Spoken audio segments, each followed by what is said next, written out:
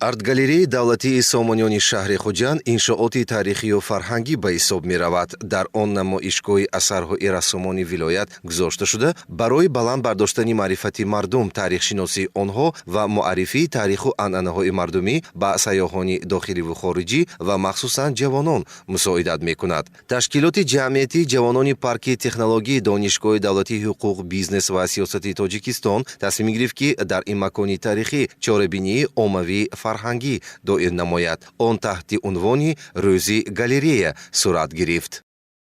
Сегодняшнее мероприятие организовано с целью того, чтобы привлечь молодежь к искусству. Вот в городе у нас существует такая прекрасная арт-галерея, о которой многие сегодня узнали.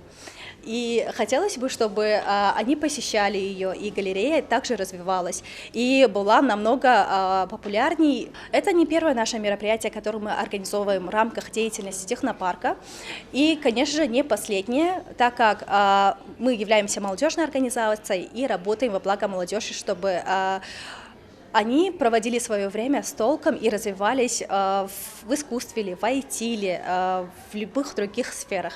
Рустами 5-сола имрӯз ҳамроҳи бародараш ба ин чорабинӣ омад, то маҳсули эҷози рассомонро бубинад ва дар он фаъолона ширкат намояд. Ӯ аз ҳама иштирокчии хурдтарини чорабинӣ маҳсуб ёфт. Баробари ӯ боз наздик 50 нафар наврасону ҷавонони шаҳр ба он ташриф оварданд.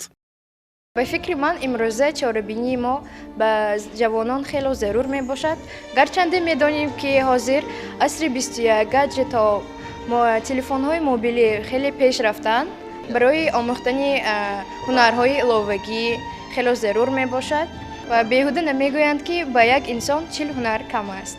Ширкати телевизионии ноқилию моҳвораи АНТ хост дар ин чорабинӣ барои бо ҷои кор таъмин намудани ҷавонон саҳми худро гузорад. Ширкати мазкур барои ҷавонони синну солашон гуногун якчанд ҷойҳои кории холӣ пешниҳод кард. Так как у нас часто бывают свободные вакансии, и молодежь все же после окончания университета, после окончания школы все интересуются именно поиском работы. У нас сейчас очень востребованы мастера, мы сами их обучаем, практикуем, все научим, покажем. Также промоутеры, операторы колл-центра и менеджер центра обслуживания. И сейчас самый нужный нам человек – это аналитик. Ну, вот эти все, что я перечислила, мы принимаем без опыта работы, без знания каких-то навыков.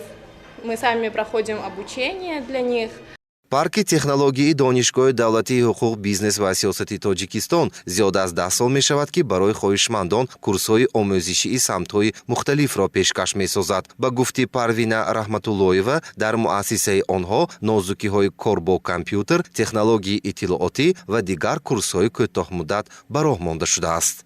Сипас иштирокчиёни чорабинӣ ба корҳои амалӣ, яъне мастер-классҳо оид ба кашидани расм дар рӯи канвас, яъне холст ва оро додани шоперҳо, ба истилоҳ халтаҳои хариди замонавие, ки солҳои охир ба мӯд даромадааст, шурӯъ намуданд. Ҳар яке тибқи табъу завқи хеш бо истифода аз рангҳо дар пораҳои хурди канвас ва халтаҳо барои харид тасаввуроти худро ба амал оварданд. тавассути ин манно насли наврас ва ҷавонон ба рассомӣ ва зебоӣ парастӣ шавқу рағбат зоҳир намуда, мумкин аст дар мактабҳо ва донишкадаҳои рассомӣ маҳорати худро такмил диҳанд ва дар оянда Тоҷикистони азизро бо осори худ муаррифӣ намоянд.